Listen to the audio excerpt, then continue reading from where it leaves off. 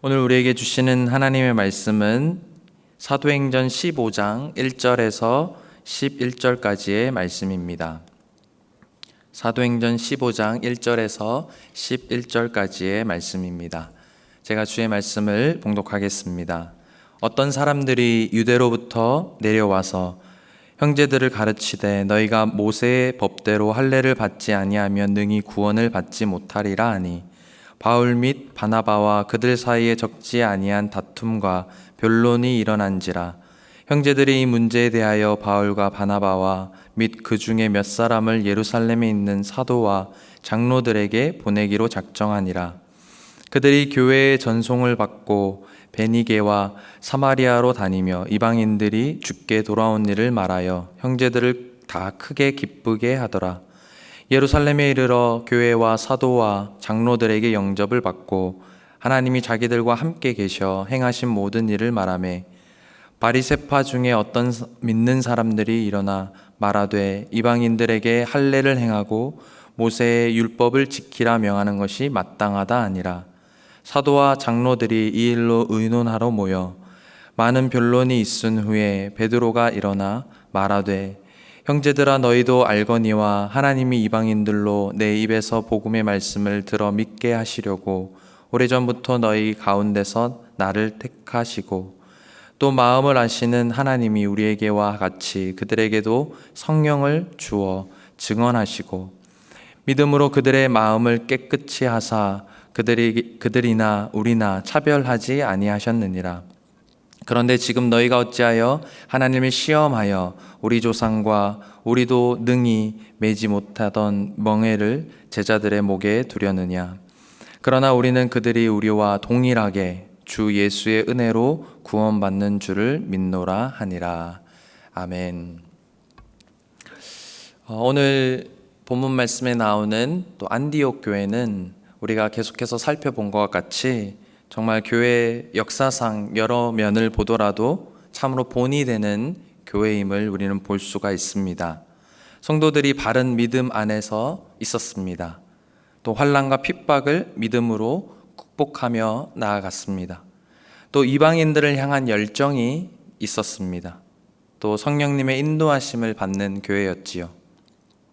참으로 진리 안에서 교육을 힘있게 진행했던 교회였습니다.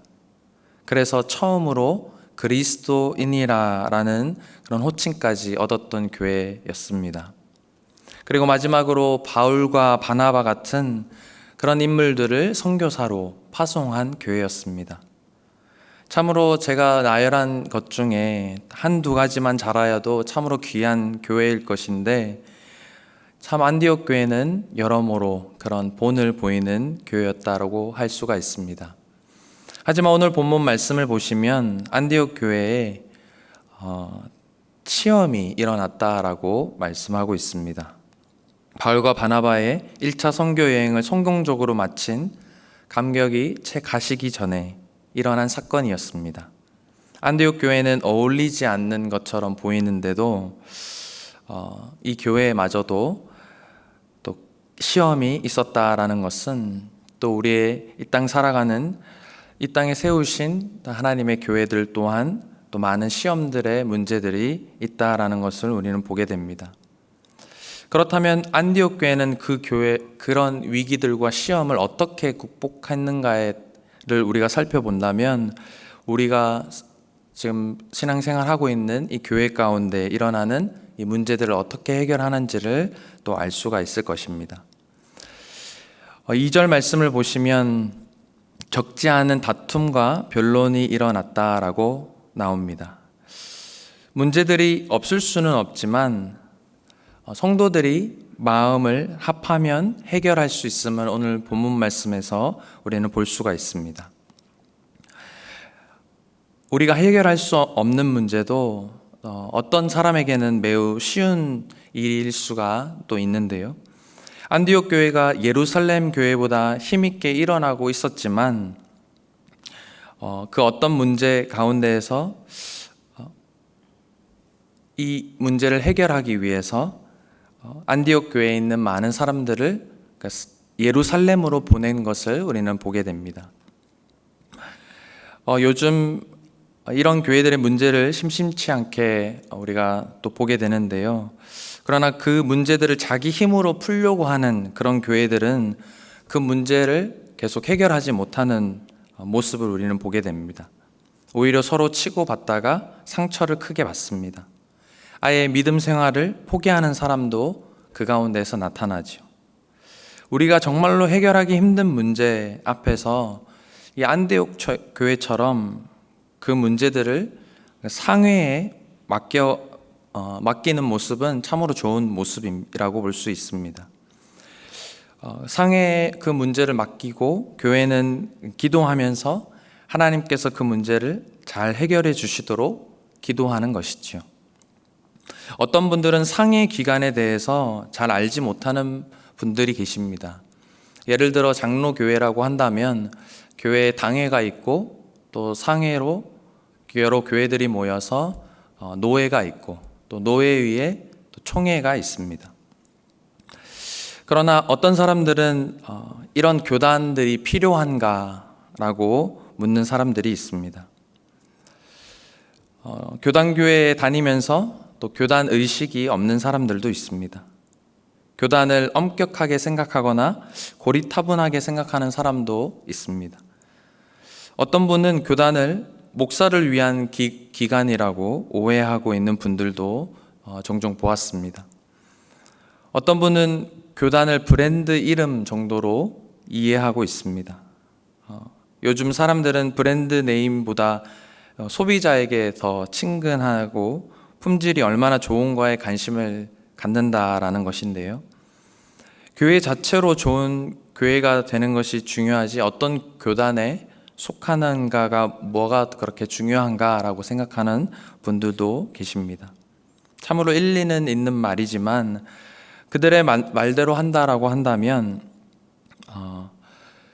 좋은 브랜드의 그런 장점들을 놓치고 있다라고 볼 수가 있습니다.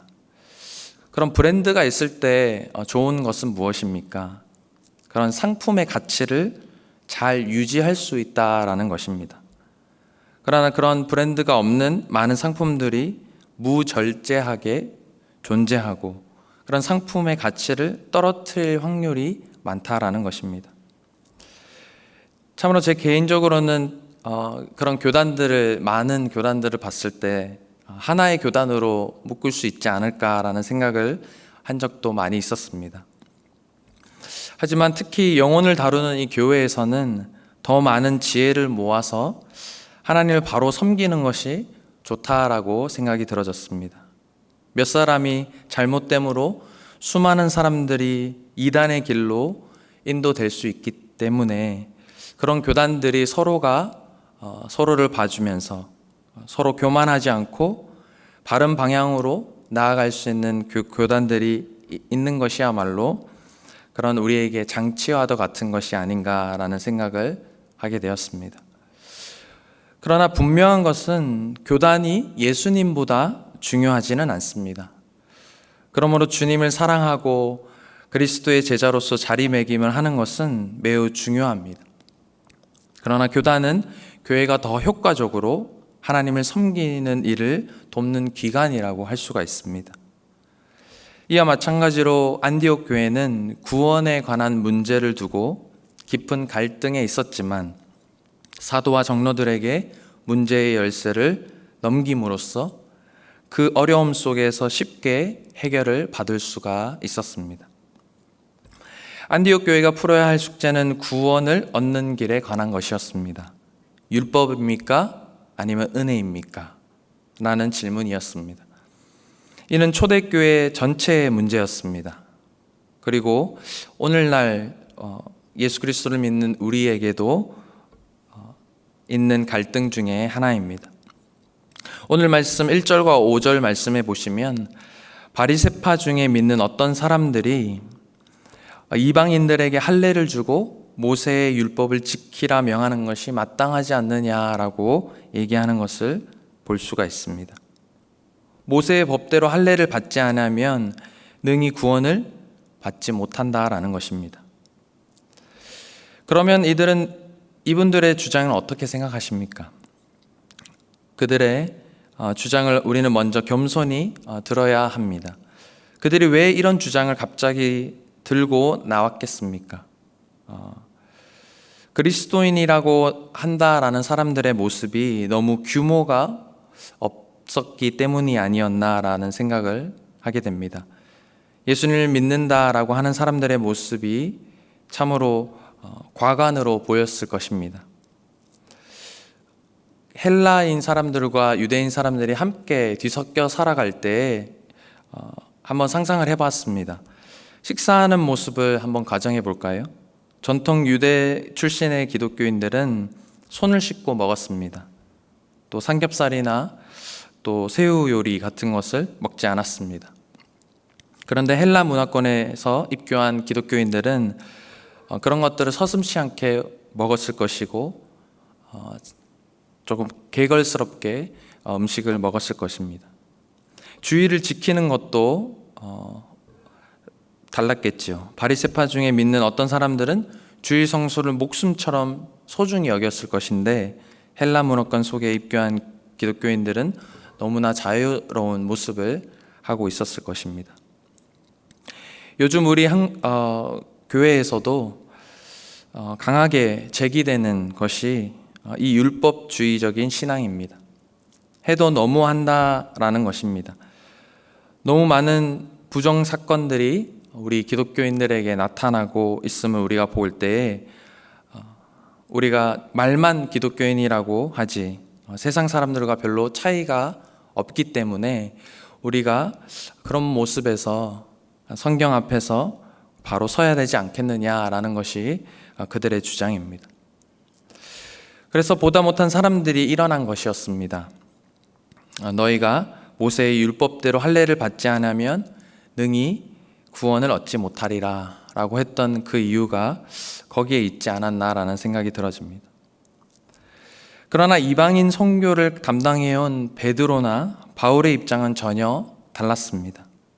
주 예수의 은혜로 구원받는다, 믿음으로 구원받는다라는 것이 베드로와 바울의 주장이었습니다. 11절 말씀을 보시면 베드로가 이와 같이 말씀합니다. 우리와 동일하게 주 예수의 은혜로 구원을 받는 줄을 믿노라. 바울은 로마서에서 이렇게 선포합니다. 로마서 3장 28절에 그러면서 사람이 의롭다 하심을 얻는 것은 율법의 행위에 있지 않고 믿음으로 되는 줄 우리가 인정하노라. 그러나 바울이나 이 베드로가 율법에 대해서 반한 것이 아니었습니다. 우리가 은혜로 구원받는다라는 것은 이 구원을 은혜로 받는 사람들은 행동으로 상관이 없다라고 하는 것은 아니었습니다. 야고보서에서 나타난 것처럼 행함이 없는 믿음은 죽은 것이라라는 것 또한 바울과 베드로에게도 똑같은 신앙이었을 것입니다. 그러면 이 베드로와 같은 이 사도들이 율법에 대해 어떤 생각을 가졌을까요? 우리들은 율법에 대해서 어떤 생각을 가지고 계십니까? 어떤 분은 율법을 은수저와 같다라고 설명했습니다. 음식의 상태, 이 물의 상태를 알려면 은수저에 넣어 보아야 한다라고 하는 것인데요. 음식이 상해 있고 물이 상해 있으면 이 은수저의 색깔이 변한다라는 것입니다. 그러나 이 은수저가 독을 없애주지는 못합니다. 그래서 그 은수저로 밥을 먹는 사람을 행복한 사람이라고만 할 수는 없습니다. 율법은 은수저와 같이 우리의 영적 상태를, 그 상황을 진단해 주는 것에 불과하다라는 것입니다. 우리가 죄인인 것을 진단해 주는 것이 바로 율법입니다. 그러나 이 율법이 우리를 의롭게 하는 것이 아닙니다. 이 율법이 우리를 천국으로 인도하는 능력도 없습니다. 그러므로 모세의 율법대로 할례를 받지 아니하면 능히 구원을 얻지 못한다라는 이 말은 주 예수 그리스도의 은혜로 구원받는다라는 이 베드로의 주장과는 전혀 다른 복음적이지 않는 주장이었다라는 것입니다. 우리가 믿는 믿음은 무엇입니까? 예수 그리스도를 믿음으로 구원받는다라는 것입니다. 믿음으로 구원받았기 때문에 하나님께서 우리에게 정하신 그 율법의 말씀을 최선을 다하여 순종함으로 그것을 이루고자 하는 그런 마음들을 가지는 것입니다. 그러면 은혜로 믿음으로 구원받은 그런 사람들은 율법을 지켜야 할 의무가 있는 것일까요? 없는 것일까요? 은혜로 우리가 구원받았다라고 한다면 하나님께서 주신 그 율법들을 기쁨으로 감사로 온전히 순종하며 나아갈 수 있다라는 것입니다. 저는 이 율법을 생각하면서 예수님께서 우리에게 새롭게 제정해 주신 새로운 율법, 생명의 법을 또 묵상하게 되었습니다. 그것은 바로 사랑의 법이지 않을까라는 생각이 들어집니다. 그리스도인은 하나님의 사랑에 압도되어서 하나님을 기쁘시게 해드리는 일에 열중하게 되는 것입니다. 하나님께서 우리에게 뭐라고 말씀하셨습니까? 오직 사랑으로 서로 종노릇 하라라고 말씀하셨습니다. 사랑이 풍성할수록 법은 필요 없게 될 것입니다. 하인이나 아기 돌봐주는 사람에게는 어떤 법이 필요할 수 있습니다. 그러나 아기를 사랑하는 친어머니에게는 아기를 사랑하라는 말이 참으로 모욕적인 말이 될 것입니다. 그리스도인은 예수 그리스도를 사랑하는 사람들입니다. 예수님을 사랑하기 때문에 예수님을 기쁘시게 섬기는 것이지요. 일하고 수고하는 것이 하나도 힘들지가 않습니다. 율법이 무거워서 예수님을 섬기는 것이 아닙니다. 사랑하기 때문에 그 예수님을 기쁘게 섬기는 것입니다. 이것이야말로 오늘 성경 말씀에 나오는 성령을 쫓아 행하는 그런 그리스도인의 모습이 아닌가라는 생각이 들어집니다. 하나님께서 우리 이방인들에게 성령을 주신 이유가 무엇입니까? 믿음으로 분명 구원을 받을 수 있게끔 그 마음을 성령 하나님께서 우리에게 부어주셨기 때문입니다. 그런 사랑의 마음 또한 성령 하나님께서 우리에게 주시는 분이시다라는 것을 우리는 잊지 않아야 할 것입니다.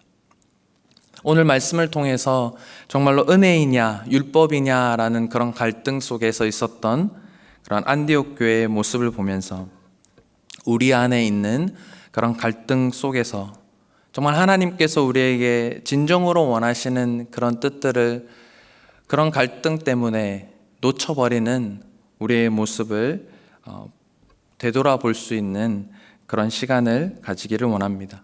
이 시간 기도하실 때에 정말로 우리 안에 마음을 허락하시고 또 성령 하나님께서 허락하신 그 사랑을 충만할 수 있도록 온전히 기도할 수 있는 이 시간이 되기를 간절히 소망합니다.